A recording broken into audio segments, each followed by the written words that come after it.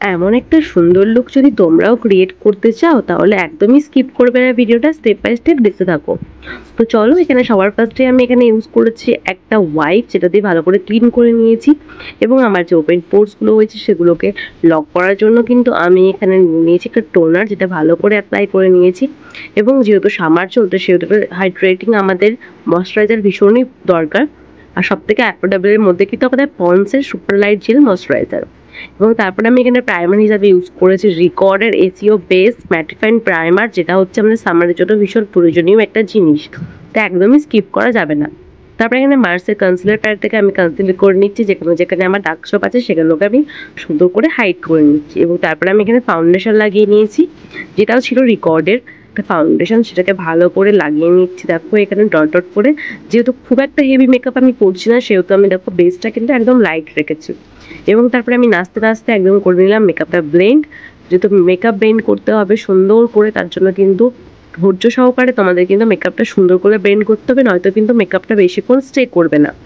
তারপরে এখানে দেখো হাইলাইট কনসিলার ইউজ করে নিচ্ছি, যেগুলো যেখানে আমাদের কনসিলার পয়েন্ট আছে সেখানে। এবং সেটাকে ভালো করে ব্লেন্ড করে নিচ্ছি। তোমরা কিন্তু সুন্দর করে ব্লেন্ড করতে একদম ভুলো না, ব্লেন্ড না করলে কিন্তু তোমাদের মেকআপ বেশিক্ষণ একদমই স্টে করবে না। তারপরে এখানে আমি পাউডার দিয়ে ভালো করে ফুল ফেসটা সেট করে নিচ্ছি। পাউডার দিয়ে সেট করা কিন্তু ভীষণই প্রয়োজনীয় একটা জিনিস, সামারে তো একদমই স্কিপ করা যাবেই না। তারপরে এখানে আমি আই মেকআপ স্টার্ট করে দিয়েছি। দেখো ব্রাউনের মধ্যে একটা আই মেকআপ করছি। আমার ব্রাউন আই মেকআপের সাথে কাজল করে সুন্দর করে স্মাচ করতে ভীষণ ভালো লাগে, একটা পছন্দের আমার একটা আই মেকআপ, যেটা আমি প্রায়ই করে থাকি।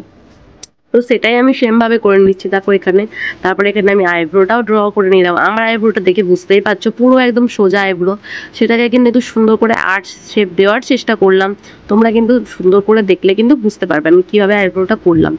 তারপরে একটা কাজল নিয়েছি, যেটা ভালো করে পরে নিচ্ছি। এবং দেখো কাজল পরতে গেলেই আমার যত সমস্যা, চোখ দিয়ে জল বেরিয়ে যায়, একদম একাকার কাণ্ড হয়ে যায়। তারপরে ভালো করে দেখো এখানে কাজলটা স্মাচও করে নিয়েছি, যেটা আমার ভীষণ ফেভারিট একটা জিনিস মাস্কারা, সেটা না দিলে তো আমার লুকটা কমপ্লিটই হয় না। এই মাস্কারাটা কিসে যদি জানতে চাও অবশ্যই কিন্তু কমেন্ট করতে ভুলো না, প্রোডাক্টের লিঙ্ক লাগলেও অবশ্যই কমেন্ট করবে। তারপরে দেখো আমার এই মুখটা হচ্ছে কি আলুর মতো, মুখটাকে একদম কাটিং করার জন্য আমি এখানে কন্ট্রোল করে নিচ্ছি। এবং তারপরে ব্লাশার করে নিচ্ছি একদম হালকা করে।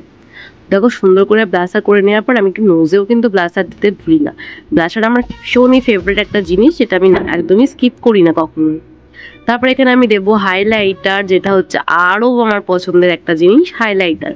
তো দেখো এখানে হাইলাইটারটা ইউজ করে নিচ্ছি। যে কোনো প্রোডাক্টের লিঙ্ক লাগলে অবশ্যই কিন্তু কমেন্ট করতে ভুলো না। আর আমার basic to advance bridal master course কিন্তু খুব তাড়াতাড়ি শুরু হচ্ছে, তোমরা চাইলে কিন্তু আমার সাথে কন্ট্যাক্ট করতেই পারো। আমার ফেসবুক আইডি শিনু দে বলে সার্চ করবে, মেকআপ আর্টিস্ট পেয়ে যাবে, সেখানে গিয়ে আমার কন্ট্যাক্ট নাম্বার সব কিছু তোমরা পেয়ে যাবে। তোমরা কিন্তু ক্লাস জয়েন করতে পারো, সেলফ মেকআপেরও কিন্তু ক্লাস করানো হয়। তারপরে এখানে আমি আমার লিপটাকে ড্র করে নিচ্ছি। আমি একটা আলাদা ভিডিওর মাধ্যমে তোমাদেরকে দেখাবো আমি কিভাবে লিপটাকে ড্র করি, অবশ্যই কিন্তু তোমরা সেই ভিডিওটা দেখে নিও।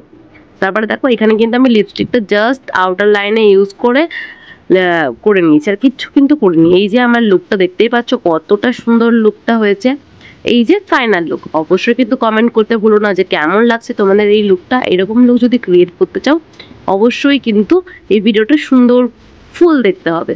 আর কারা কারা এই লুকটা ক্রিয়েট করেছো অবশ্যই কিন্তু আমাকে কমেন্ট করে জানাতে ভুলো না। তোমাদের কেমন লাগলো এই লুকটা, এটাও কিন্তু অবশ্যই জানিও। টাটা।